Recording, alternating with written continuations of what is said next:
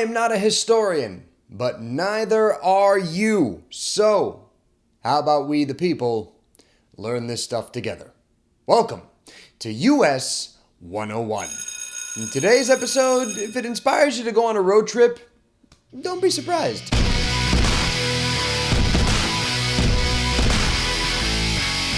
Summertime and the living's easy. That's right, guys. Summer is officially here, which means summer vacation for everyone. And how will you be vacationing this summer, huh? Will you fly somewhere? Will you take a train?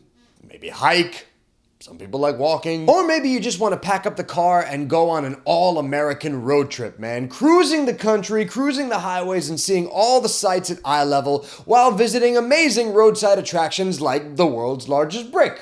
Or perhaps the world's biggest ball of twine. Or perhaps you might want to drive down to Louisiana to go check out Nicolas Cage's tombs. I know he's not dead, but he's already picked out where he wants to be buried. And you can go see it. It's a weird motherfucker.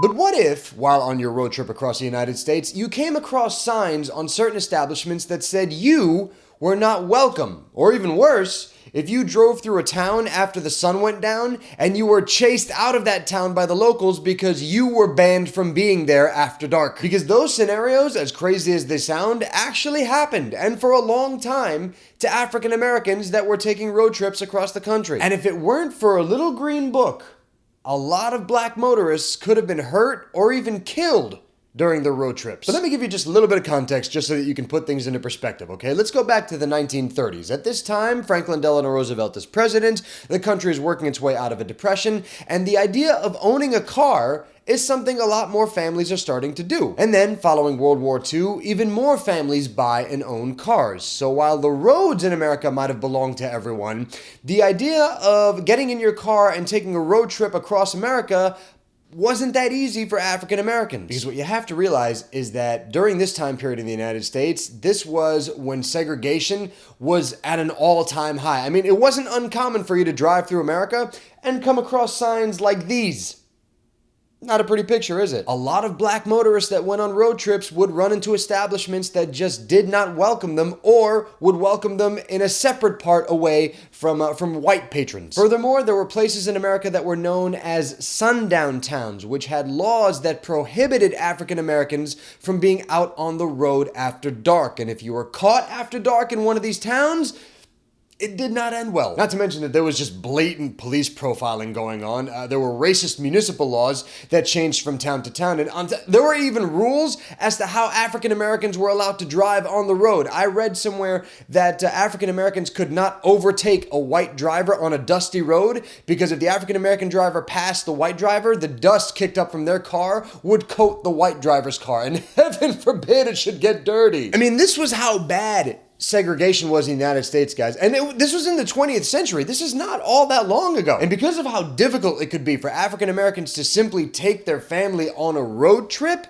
Victor Hugo Green stepped in to try and solve the problem. Victor Hugo Green was a postal worker out of Harlem, New York, and in 1936, he published the first ever Negro Motorist Green Book, or more simply known as the Green Book. And the purpose of the Green Book was to help guide African American road trippers to places in the United States that they could safely eat, sleep, fill up their gas, and not worry about having to look over their shoulder in fear. Now, the first version of the book, which again came out in 1936, was only 15 pages long, and it primarily tackled hotels, restaurants, gas stations that were in the New York City metro area, basically where Green was based out of, where he was working. But with every new publishing until 1966, when the final version of the Green Book was published, more and more places continued to be added to the book. So where could African Americans visit safely while touring the country in the car? Well, how about this, for example? If you were making your way through Denver, Colorado, the Dewdrop Inn was a safe destination. Making your way through North Carolina, the Lincoln Hotel or the Booker T. Washington Hotel was a place that you could bed down for the night. If you needed to stop somewhere and have a drink while making your way through Atlanta, Georgia, the Yeah Man Tavern was the place to go. And the Green Book didn't just list,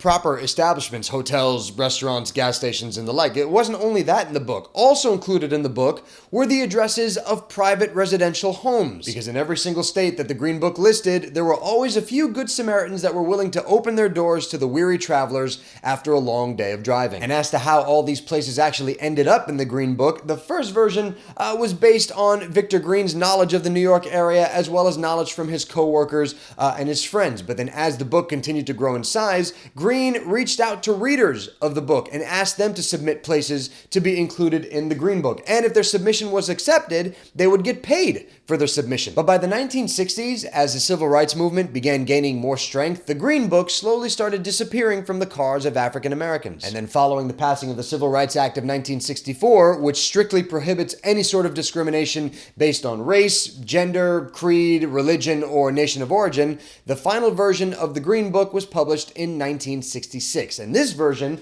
was 99 pages long, and in addition to covering all of the United States, also included some international destinations as well. Now, Victor Green himself died in 1960, but his wife Alma continued publishing the book up until the very last issue in 1966. But Green knew that this book wasn't going to be needed forever. In the 1948 version of the Green Book, he wrote, quote, "There will be a day in the near future when this guide will not have to be published.